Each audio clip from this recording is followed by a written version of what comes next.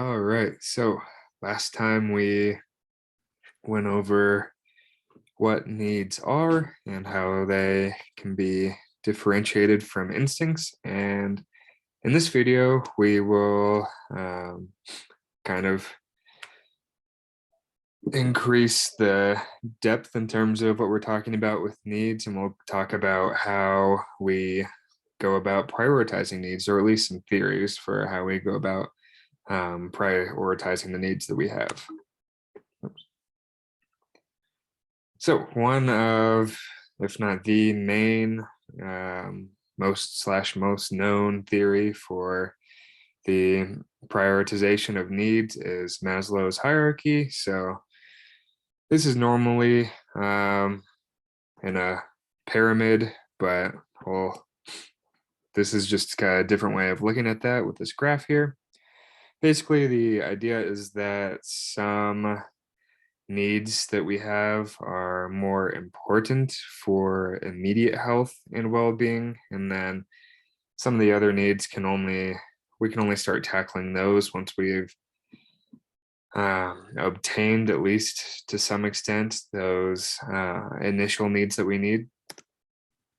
um, so primary needs come first in this theory. So this is those physiological needs, and then those safety needs. So some of these things we've talked about, like hunger, survival things like staying away from the bear, thirst. And so just an example is you need water before you need achievement or self-respect or esteem, things like that. um, However, this does certainly include psychological needs. And so after we have those first couple more physiological survival needs, right? We move into needs for belongingness and love, as well as self-respect, and then self-actualization, which we'll talk about self-actualization a bit more. But that is supposedly, based on this theory, that's the peak. That's what we're all striving to get to. And yeah, so again, typically, if you've heard of this before or seen a picture of it, this is usually a pyramid. But there are a couple of different ways to think about this. So the x-axis here is development of personality. And so one way to think about this is going from immediate needs, such as physiological needs, safety needs, to less immediate needs like personal development, which is a very large part of self-actualization. You can also think about this to some extent. We'll talk about actually a different theory that has more of an evolutionary mindset, but that's also just another way to think about this in terms of, over here, something that all animals are dealing with, right? There's needs that all animals have in terms of need to eat, need to drink, need to stay away from predators. But then how we've evolved as humans, things like belongingness, although there certainly are animals that need belongingness to some extent. Really, that like self-respect and self-actualization, that's going to be pretty much specific to humans, right? And so again, the idea as we move from one need to the next need is that you need to have at least a certain level of the previous need before you can move on to the next. So you need to have those physiological needs taken care of before you think about safety. And you need to have both those physiological needs taken care of. You need to be safe from predators before you start thinking about belongingness and love. And you need to have the three of these before you worry about things like self-respect and self-esteem and the self more in general, in that psychological way. And then all of this needs to happen before self-actualization, which is why you see the peak in this at the end here. And so while these first couple are extremely important for just general survival. And when we're talking about gratification and well-being, which is the y-axis here, we don't see really high levels of these or peaks of these, so to speak, until we start to get more into those psychological needs like belongingness, self-respect, and then there should be the highest gratification with self-actualization.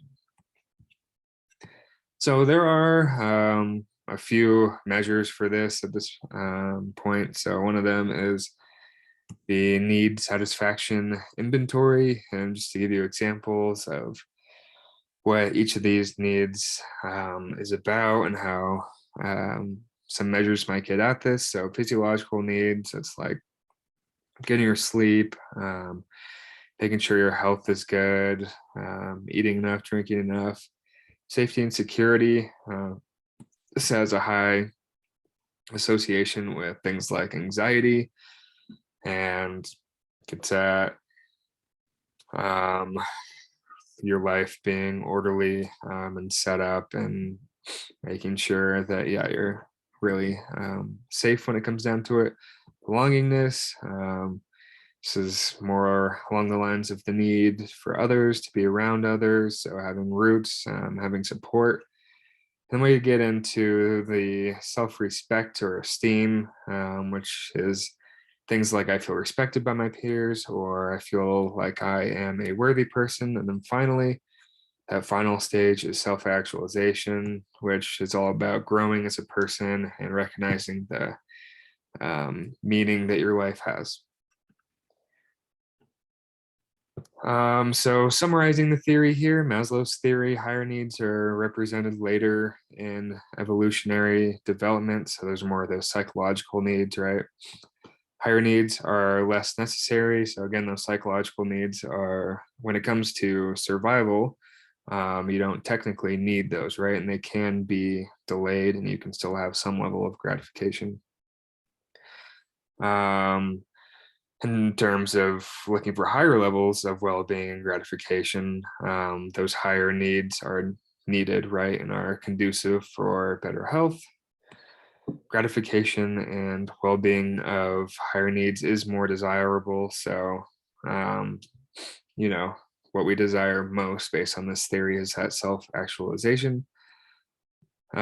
Which needs, so if I were to, maybe ask one or both of these things on the test. I just want it to be recognized that these are different questions. So, which needs must be met first is different from which needs lead to the highest level of health and happiness. So, the first would be those physiological needs, right? And the second question would be that self actualization. So, a little bit more on self actualization. I want to just kind of define what it is, and just so that you recognize how difficult this is to get, because that's probably the main criticism of this theory is that self-actualization is unachievable. And then when you have a stage or a needs level that's unachievable, then what's really the point of the theory if we don't actually see people getting here? And then additionally, if we don't see people getting here, how do we know what self-actualization actually is? But based on this theory, definition of self-actualization includes things like acceptance of the self, knowing who you are, having autonomy and resistance to enculturation. So thinking and behaving for yourself, um, having a richness of emotional reactions, and having deeper relationships with other people. So all this, each one of these is relatively difficult, right? So all this together, that's pretty tough to reach. So one thing that's not super easy to think about or to come up with examples is who that might be a public figure or something is self-actualized that you've seen.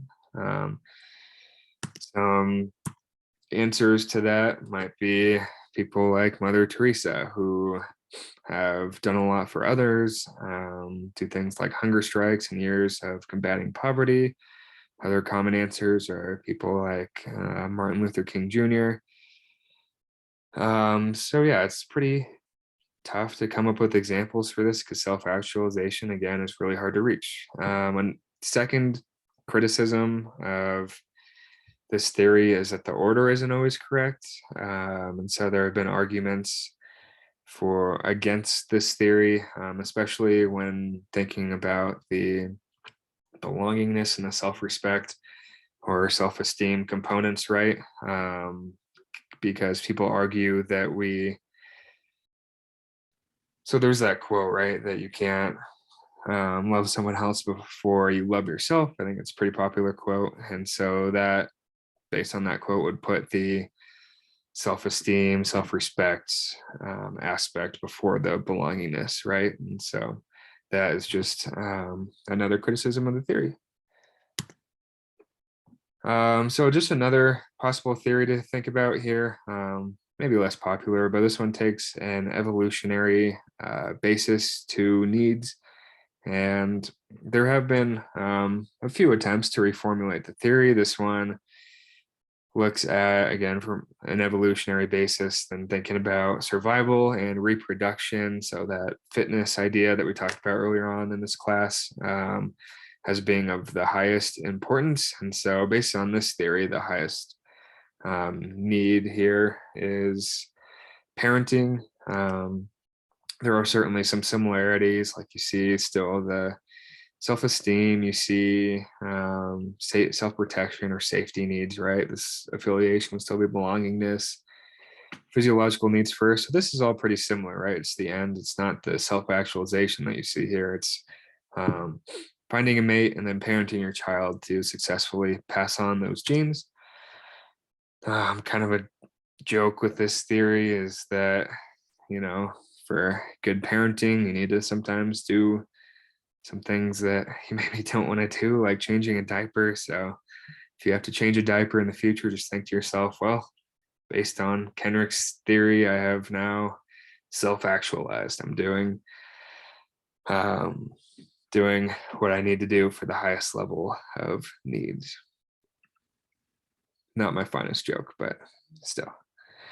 Last slide here for this video. I just kind of want to point out how these theories, based on these theories, when you look at these pyramids and these charts, it's really easy to see like, okay, this makes sense that you need this one before that one, and there's clear lines, but each of these is very complicated, right? So we've talked about some biological aspects or physiological aspects of hunger, but just to kind of emphasize how complicated these things can be. So for the arousal of hunger, many things happen, like the blood glucose levels monitored by the brain, the hypothalamus monitors other hormones. We talked about leptin a bit.